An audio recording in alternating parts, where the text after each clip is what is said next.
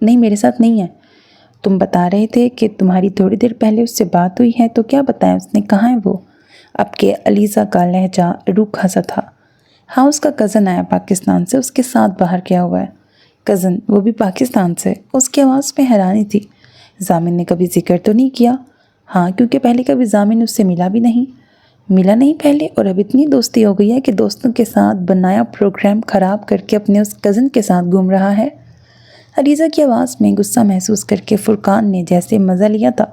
یہی تو میں حیران ہو رہا ہوں، اتنا پیار، کہیں اتنی دوستی کے پیچھے کوئی اور وجہ تو نہیں؟ اور کیا وجہ ہوگی؟ وہ الجھ کے بولی، ہو سکتا ہے اس کی کوئی خوبصورت بہن ہو۔ کیا مطلب، اس کی کوئی فیمیل کزن بھی ساتھ ہے؟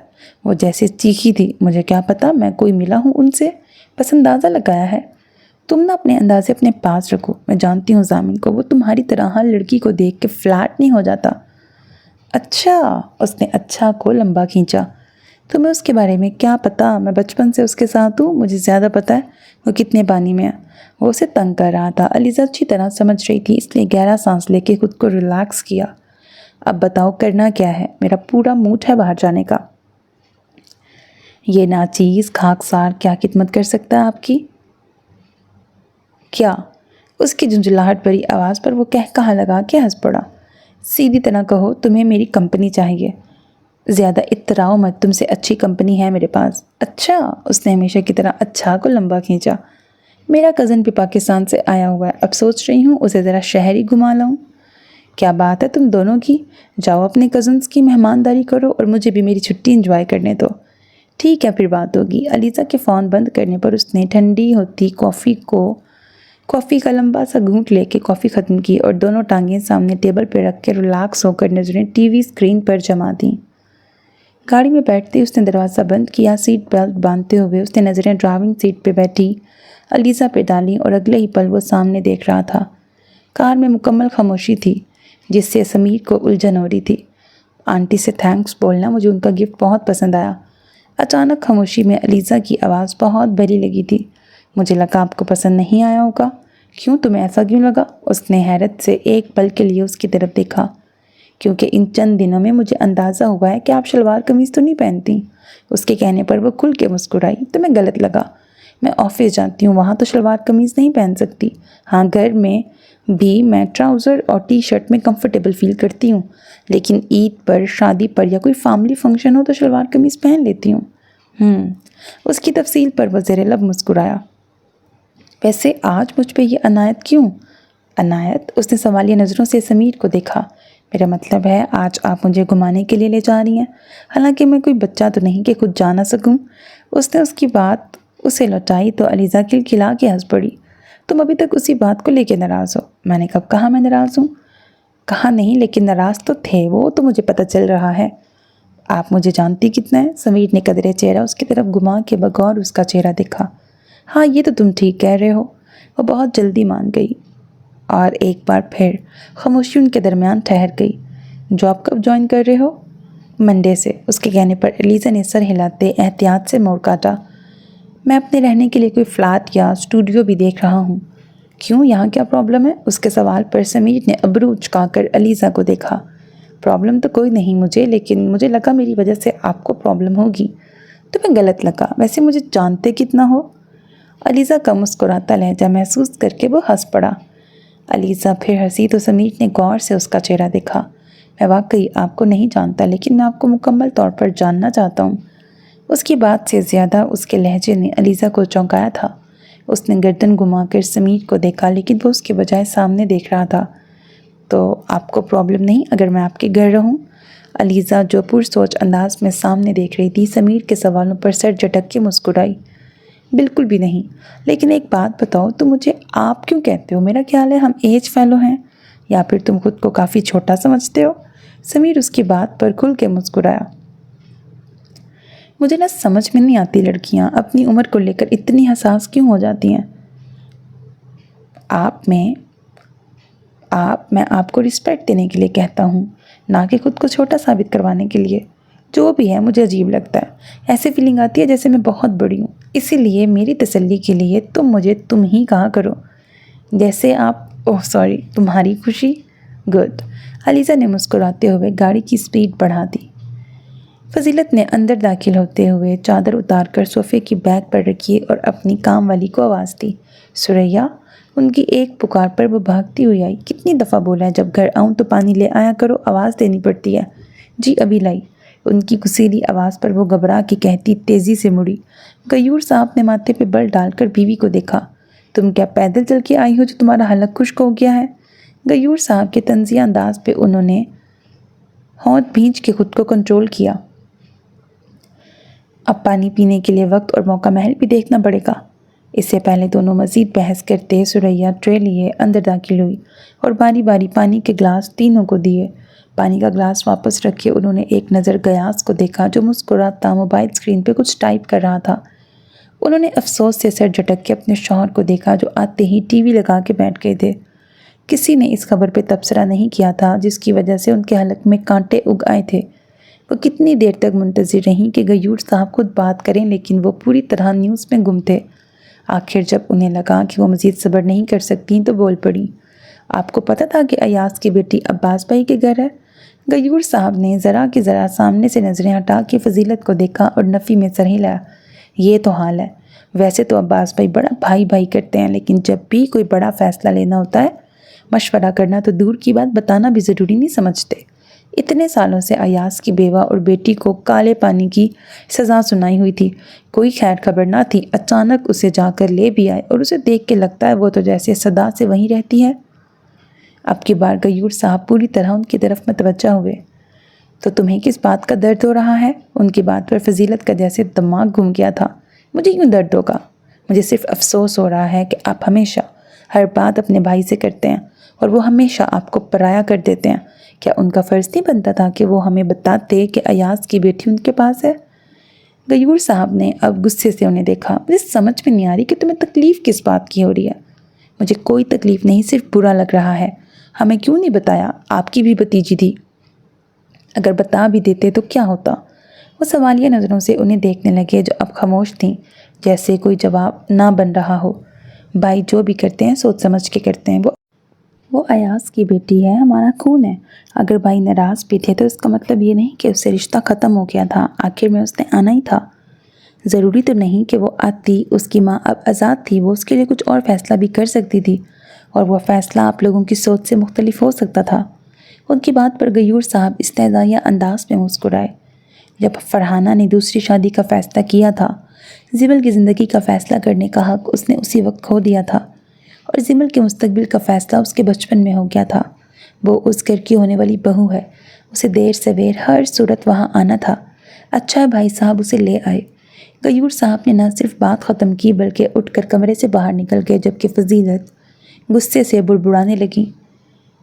ویسے امی، مجھے پتہ نہیں تھا ہمارے خاندان میں اتنے نایاب پیس موجود ہیں۔ میں سمجھتا تھا حالہ جیسا کوئی نہیں، لیکن اس جیسی ایک اور بھی ہے۔ میں تو اسے دیکھ کے حیران ہی رہ گیا، اتنی خوبصورت۔ اس کی آواز میں ایسا تاثر تھا کہ فضیلت نے کھا جانے والی نظروں سے اسے گھورا۔ یہ ہر خوبصورت لڑکی کو دیکھ کر تمہاری رال کیوں ٹپکنے لگتی ہے؟ ان کے کہنے پر غیاث نے برا سا منہ بنایا۔ تو کیا کروں، اس خوبصورتی پر میرا بھی حق ہو سکتا تھا۔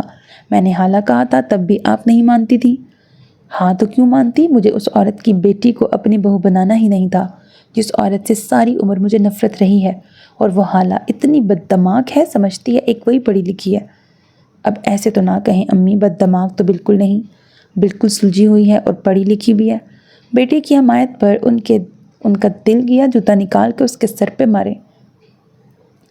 لڑکوں کے ساتھ پڑھتی ہے، کتنی شریف ہوگی۔ لڑکوں کے ساتھ پڑھنے والی اور کام کرنے والی عورتوں کے دیدوں کا پانی مر جاتا ہے، وہ دیدہ ہوائی ہو جاتی ہیں۔ مجھے ایسی بے شرم لڑکی کو کبھی اپنی بہو نہیں بنانا تھا۔ اور دوسرا، تمہیں کیا لگتا ہے تمہارے تایا نے اپنی اس نک چڑی بیٹی، جسے پتہ نہیں وہ کیا سمجھتے ہیں، تم جیسے BA فیل کو رشتہ دینا تھا؟ ان کے طنز پہ غیاث نے برا سا منہ بنا لیا۔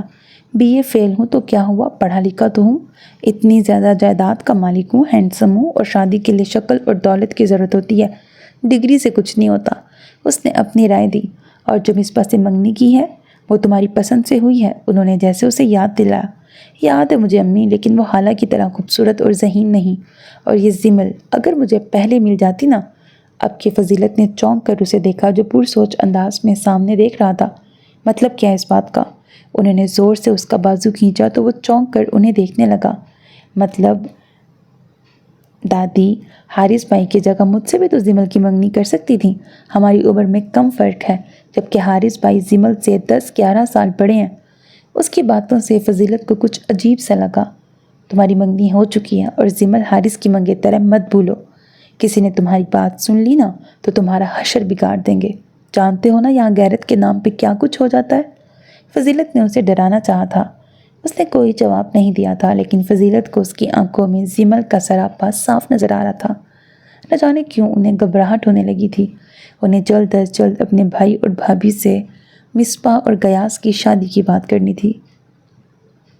سو میرے عزیز listeners, this was the end of episode 5 of the novel Dhoop Dareecha. مجھے امید ہے ناول آپ کو پسند آ رہا ہوگا۔ مجھے تو بہت پسند آتا ہے، کیونکہ مریم عزیز ایک کافی اچھی رائٹر ہیں اور بہت اچھے ناولز لکھتی ہیں۔